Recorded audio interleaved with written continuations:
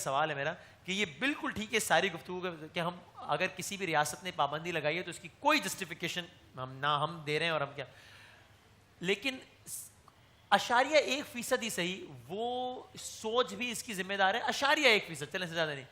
جس نے بدقسمتی سے کیے ہیں ایسے کام کہ آج اگر لندن میں اگر لندن پولیس کوئی ڈرل کرتی ہے، یعنی کہ وہ اپنے پولیس والوں کو کوئی ایک پریکٹس کروا رہے ہوتے ہیں کہ کسی دہشت گردی کے موقع پہ کیا کرنا ہے، تو ڈرل پریکٹس میں وہ کیا کرتے تھی؟ اللہ اکبر کا نعرہ لگاتے ہیں.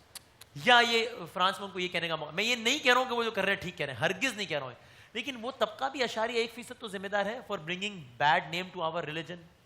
اللہ اکبر کا نام لے کر اور یہ شہادت اپنی پیش کرنا، یہ تو خوارجی جو شروع سے ظالم چلتے آ رہے ہیں ان کا یہ شیوا ہے. حضرت علی رضی اللہ تعالیٰ کو جن ظالموں نے شہید کیا ان کے ماتھے پہ سجدے کے نشانات، تلاوت کا اہتمام، اور اتنی تلاوت. یہ عبد الرحمن ابن ملجم ظالم جس نے حضرت علی رضی اللہ عنہ کو شہید کیا، اتنی تلاوت کیا کرتا تھا کہ دوسرے آ کے ترس کھا کے اس کو پانی پلایا کرتے تھے. تو اس حد تک دین کا نام لے کر اور تباہی اور بربادی مچائی کہ شیر خدا جیسی ہستی کو.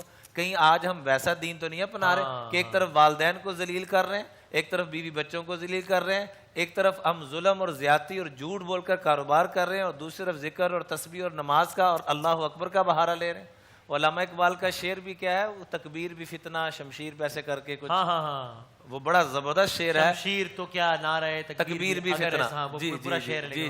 ٹھیک ٹھیک. نا حق کے لیے اٹھے تو شمشیر بھی فتنہ. بالکل وہی. شمشیر تو کیا نعرہ ہے، تکبیر بھی فتنہ. نا حق کے لیے اٹھے تو یعنی کہ اگر کوئی ماشاءاللہ بہت ہی نمازی پرہیزگار ہو تو بڑی اچھی بات ہے، لیکن امکان اس میں بھی رہتا ہے کہ اس کے اندر بھی عبد الرحمن ابن ملجم کی سوچ ہو سکتی ہے، اس کے اندر بھی یزید کی سوچ ہو سکتی ہے.